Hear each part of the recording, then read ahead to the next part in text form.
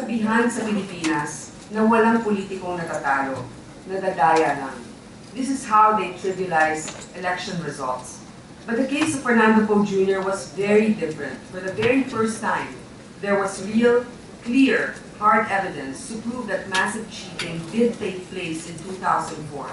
Aside from the notorious Hello Garci wiretaps, which captured Gloria Arroyo talking to then Comelec Commissioner Garciano, there is a host of other evidentiary proof to show that the Arroyo camp cheated their way to victory.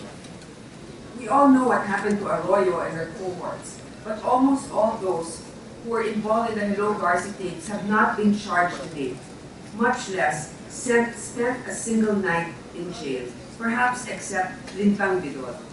Worse, some of those involved are still in government today. The best deterrent to corruption, Mr. President, is to punish the wrongdoers and reward legitimate whistleblowers. We need to distinguish and protect a true whistleblower. We need to pass a Whistleblower Protection Act. I filed Senate Resolution number 679, calling for the omnibus review of the Electoral Code of the Philippines. Concurrent with the resolution I filed this morning, I will be submitting legislation that will address the new dynamics of automated elections, reformulate our outdated laws by creating a new set of penalties for computer-aided, technology-driven election offenses. We need to prevent high-tech election fraud that can make a mockery of our electoral system once again.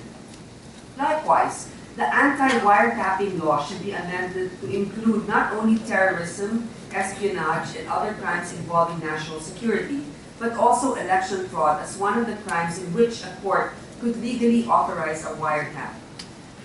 I will also be proposing that prescriptive period for election offenses be increased from the current 5 years to 10 years. As we have seen, almost none of the Garci boys or those mentioned in the Hello Garci tapes have spent a day in jail simply because they enjoyed protection from the powers that be. Mrs. Arroyo became president through fraudulent means. What she had was merely a mandate manufactured for her by her election operators. This ultimately proved to be her weakness.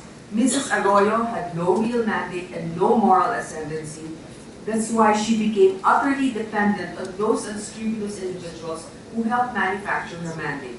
And this dependence has only resulted in a cycle of never-ending series of corruption scandals during her 9 years in office. Mr. President, please allow me to pay tribute not just to my father, but to the millions of Filipinos who waited long hours under the heat and rain and who made the long journey just to cast their vote, sometimes under dangerous conditions, and those who came out to defend the truth even in the most trying times. Mr. President, this is for them.